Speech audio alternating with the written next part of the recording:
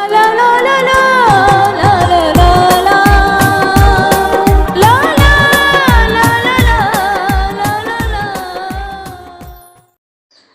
আলাইকুম, welcome back to my channel. আমি রুবিনা আলমগীর আপনাদের সাথে একটি নতুন ব্লগ ভিডিও নিয়ে হাজির হয়ে গেলাম।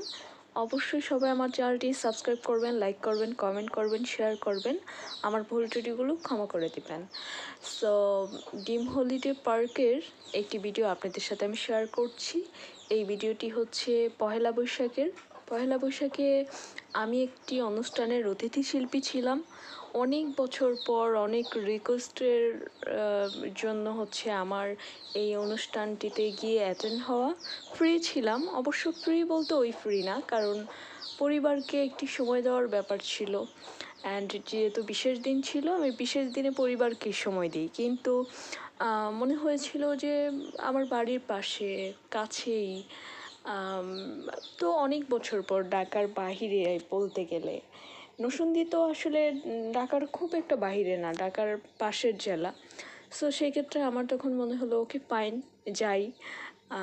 সো যেহেতু দিনের বেলা একটি পারফরমেন্স করব হয়তো রিকোয়েস্টে, যেহেতু আমি অতিথি শিল্পী, অ্যান্ড চলে আসব, তারপর পরিবারের সাথে সময় দিব এবং কি পরিবারের সাথে আড্ডা হবে অ্যান্ড খাওয়া দাওয়া ঘোরাঘুরি। তো সব কিছু মিলিয়ে ওই দিন আর পরিবারের সাথে আড্ডা ঘোরাঘুরি ওইভাবে আমার হয়ে ওঠেনি। অ্যান্ড হচ্ছে আমার অনুষ্ঠানটিতে যাওয়া হয়, পারফর্ম করা হয়, খুব ভালো লেগেছে সব মিলিয়ে। কিন্তু মিসিং একটা ব্যাপার ছিল, ওই যে পরিবারের সাথে টাইমিংটা তো কাটানো হয়নি, এটা একটা মিস করেছি ভীষণভাবে।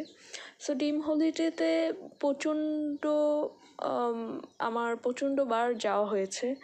একদম ডিম হলিডে যখন নতুন হয়েছে, নতুন মানে চালু হয়েছে, তখনই হচ্ছে আমার সেখানে যাওয়া হয়েছিল। ওই শুটিংয়ের কাজে গিয়েছিলাম এবং শুটিংয়ের কাজে পুরো শুটিং ইউনিট থেকেছে ওইখানে, অ্যান্ড কাজ করা হয়েছে। এর বাহিরেও আমার একাধিকবার ওইখানে যাওয়া হয়েছে।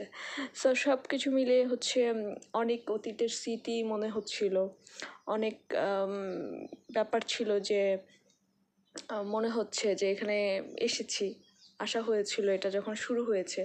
আর বিশেষ করে স্মৃতি মনে হচ্ছিল যে এই বাংলোটা, কারণ আমরা শুটিং ইউনিট এই বাংলোতেই ছিলাম, এবং কি এটা তখন ডিম হলিডেতে ফার্স্ট বাংলো বলা যায়।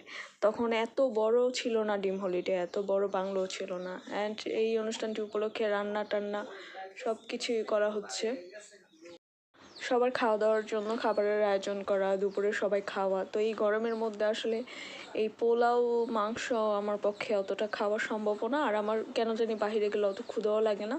আমি রিল্যাক্সে কোনো রেস্টুরেন্ট ওরকম পরিবেশ সম্মত হলে হচ্ছে খেতে পারি, এছাড়া বাইরে আমি একদম খেতে পারি না। সো আশা করি আজকের ব্লগটি আপনাদের ভালো লেগেছে। আসসালামু আলাইকুম, আল্লাহ হাফিজ।